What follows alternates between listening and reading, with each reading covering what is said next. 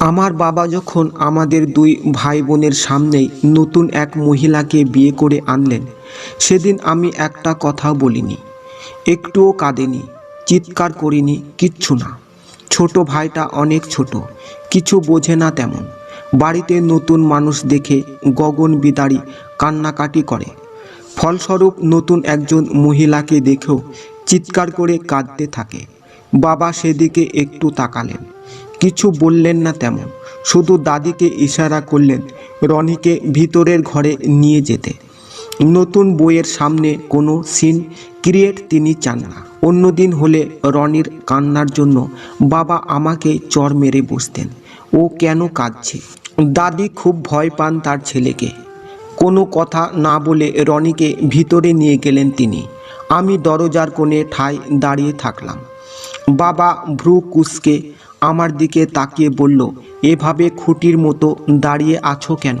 উনি তোমাদের মা, আজ থেকে ওনাকে ছোট মা বলে ডাকবে।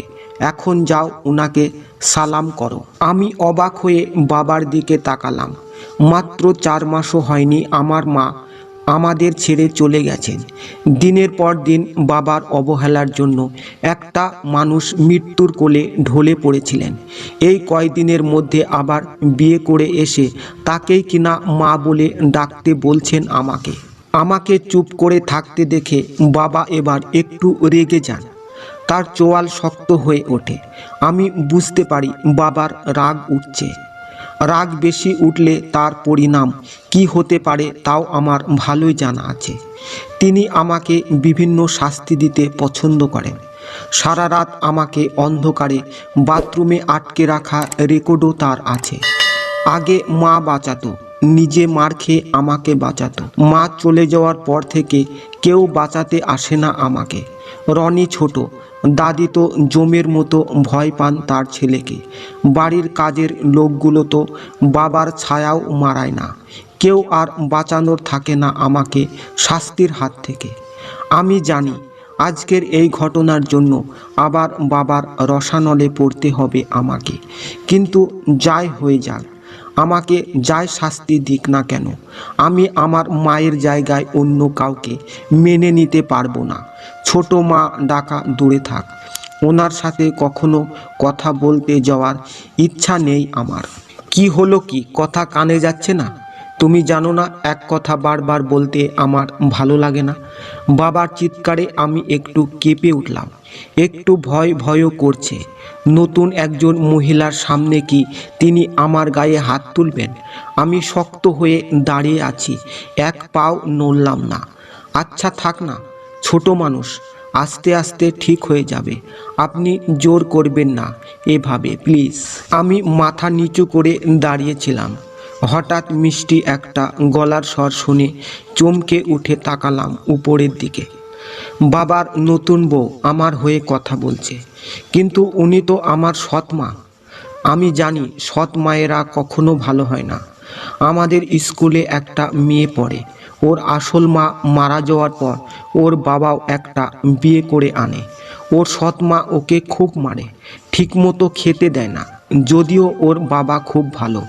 আমার তো তাও না, নিশ্চয় এই মহিলাও তেমন হবে।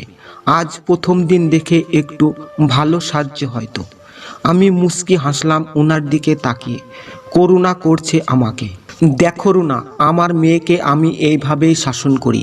তুমি নতুন মানুষ এই বাড়িতে, আমার উপরে কথা বলতে যাবে না। আমি যা করব তাই হবে। আচ্ছা বেশ, কিন্তু এখন এসব প্লিজ বন্ধ করেন। আমার খুব টায়ার্ড লাগছে, আমি রেস্ট করব। আমার ঘরটা দেখিয়ে দিন। আমি একটু কেঁপে উঠলাম ওনার শেষ কথাটাই। ওনার ঘর মানে তো আমার মায়ের ঘর, যে ঘরে এখনো মায়ের গন্ধ লেগে আছে, মায়ের ছোঁয়া আছে সব জিনিসে। সেই ঘরে আজ থেকে উনি থাকবেন। মায়ের গন্ধ মুছে যাবে। তীব্র কান্না ঠেলে আসতে চায় ভিতর থেকে। গলার কাছে শক্ত হয়ে কষ্টটা আটকে থাকে। আমি দাঁতে দাঁত চেপে কান্না আটকানোর চেষ্টা করি। বাবা ওনাকে ভিতরে নিয়ে যেতে যেতে আমার দিকে রক্ত চক্ষু দিয়ে তাকালো। সেই চোখ দিয়ে আগুন ঝরছিল, কিন্তু আজ কেন জানি বাবার ওই চোখে আমার একটুও ভয় করছে না, কারণ ভয়ের চেয়ে কষ্টটা বেশি চেপে ধরছে আমাকে। খুব মনে পড়ছে আজকে মায়ের কথা। কেন আমাকে সাথে করে নিয়ে গেল না মা? কেন এই নিষ্ঠুর পৃথিবীতে আমাকে একা রেখে মা চলে গেল? আমি আর থাকতে পারলাম না। বাবা ওনাকে নিয়ে চলে যেতেই আমি ধপ করে মেঝেতে বসে পড়লাম। দুই হাঁটুতে মুখ গুজে নিঃশব্দে কাঁদতে লাগলাম আমি।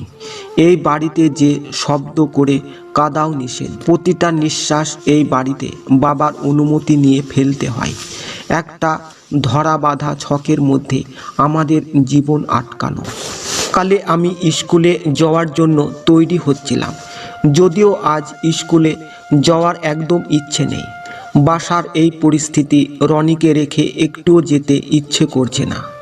কিন্তু সামনে আমার এসএসসি পরীক্ষা। এই সময় প্রতিদিন স্কুলে উপস্থিত থাকতে হবে। এমনিতেও পড়াশোনার অবস্থা একটুও ভালো না মা চলে যাওয়ার পর থেকে। এখন আবার বাড়িতে অন্য ঝামেলা, ফেল না করলেই হয়। তোমার ওড়নাটা তো ঠিক মতো বাঁধা হয়নি, আমি বেঁধে দেব? আমি চমকে উঠে পিছে তাকালাম। ইনি আমার ঘরে, আপনি এখানে? হ্যাঁ, কেন? রাগ হয়েছে আমি আসায়? না। তাহলে এভাবে চোখ মুখ কুঁচকে আছো? দেখে মনে হচ্ছে রাগ করেছো। আমি দেখতে এমন, স্বাভাবিকভাবে থাকলেও আমাকে এমনই দেখায়।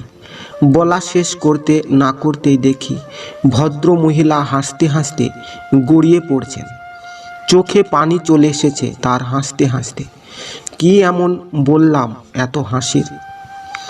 তুমি বেশ মজার কথা বলো তো।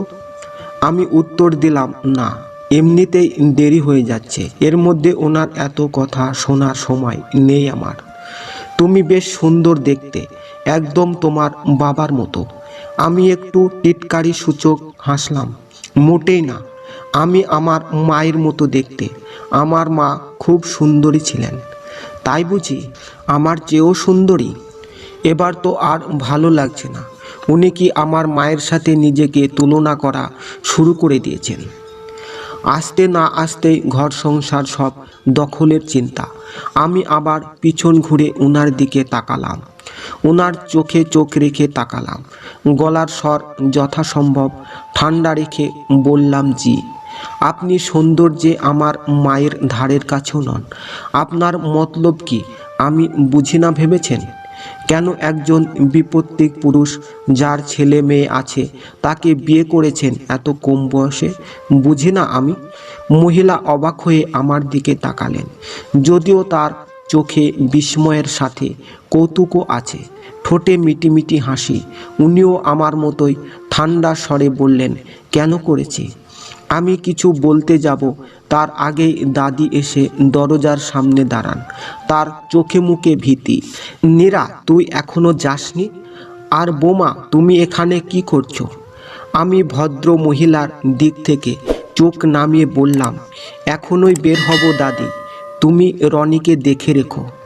না খেয়েই বের হবে? টিফিন নিয়েছো? আমি আবারও তাকালাম ওনার দিকে। আচ্ছা বেহায়া মহিলা তো, এতগুলো কথা শোনালাম তারপরেও কিভাবে কথা বলছে। বৌমা, তুমি নতুন তো, তুমি মনে হয় জানো না, ও বাড়ির কোনো টিফিন পছন্দ করে না। বড় বৌমাও কখনো টিফিন দিতে পারেনি ওকে, বাইরে থেকে কিনে খায় সব সময়। সে এতদিন যা করেছে, আজ থেকে আর এসব করা যাবে না। আমি সকালে রুটি তরকারি করেছি, ওটাই ও নিয়ে যাবে। বাইরের খাবার বেশি খাওয়া যাবে না, বাইরের খাবার আনহেলদি। নীরা, তুমি চটপট করে রেডি হয়ে চলে আসো, আমি তোমার টিফিন গুছিয়ে দিচ্ছি। এই বলে ভদ্র মহিলা দ্রুততার সাথে বেরিয়ে গেল। আমি যেন হতবাক হয়ে গিয়েছি, এতটাই যে চোখের পাতা ফেলতেও ভুলে গিয়েছি। কে এই মহিলা? একদিন আসতে না আসতেই শুরু করে দিয়েছে। রাগে আমার শরীর কাঁপছে। আমি দাদির দিকে তাকালাম, দেখলাম উনি হতবিহ্বল চোখে আমার দিকে তাকিয়ে আছেন। কারণ উনি খুব ভালো করে জানেন তার নাতনি তার ছেলের কাছ থেকে চণ্ডালের মতো রাগ পেয়েছে। আমি কোনো কথা না বলে মেন দরজার সামনে এসে জুতার ফিতা বাঁধতে শুরু করলাম। বাবা টেবিলে বসে ব্রেকফাস্ট করছেন। আমার দিকে না তাকিয়েই বলল, টিফিনের টাকা নিয়েছে তো? আমি কিছু বলতে যাব তার আগে ভদ্র মহিলা টিফিন বক্স গুছিয়ে আমার হাতে দিল। নাও, ব্যাগে ঢুকিয়ে নাও। আমি একবার ওনার দিকে তাকালাম, আরেকবার বাবার দিকে তাকালাম। বাবাও বেশ অবাক হয়ে তাকিয়ে আছেন সেদিকে। কি হলো, দেরি হয়ে যাচ্ছে তো তোমার? ব্যাগে ঢুকিয়ে নাও এটা। দাদি রনিকে কোলে নিয়ে ততক্ষণে এসে দাঁড়িয়েছেন। উনি শুধু ভয় পাচ্ছেন আমি যেন সেই রাগ না দেখাই, যে রাগে তার ছেলে পর্যন্ত ঠান্ডা হয়ে যেতে বাধ্য। যদিও সব সময় সেই রাগ আমার ওঠে না, আমি চাইলেও না। আমি শান্ত স্বরে বললাম, আপনাকে আগেই বলা হয়েছে বাড়ির টিফিন আমি নিই না, কেন জোর করছেন এতবার? বাইরের খাবার খেতে খেতে শরীরের কি অবস্থা করেছো বলো তো? এত মোটা হয়ে গেলে শরীরে বিভিন্ন রোগ বাসা বাঁধবে। আজ থেকে আমি যেভাবে রুটিন করে দেব সেভাবে চলবে। বাবা ততক্ষণে আমাদের পাশে এসে দাঁড়িয়েছেন। আমতা আমতা করে বললেন, থাক না, ওকে জোর করো না। এই নাও নীরা, টাকাটা রাখো, কিছু কিনে খেয়ে নিও, কিন্তু মনে করে ভাজা পোড়া কিছু খেও না, ভালো কিছু খেও। আমি কোনো দিকে না তাকিয়ে ভদ্র মহিলার দিকে তাকিয়ে আছি। ওনার উদ্দেশ্যটা বোঝার চেষ্টা করছি, কি চাচ্ছেন উনি। হঠাৎ করেই উনি ছো মেরে বাবার হাত থেকে টাকাটা নিয়ে নিলেন। ঘটনার আকস্মিকতায় সবাই হতভম্ব। আমি জ্বলে দৃষ্টিতে তাকিয়ে আছি, বাবাও অবাকের শীর্ষে। কি করলে এটা? টাকাটা নিয়ে নিলে কেন? ও আজ থেকে বাসার খাবার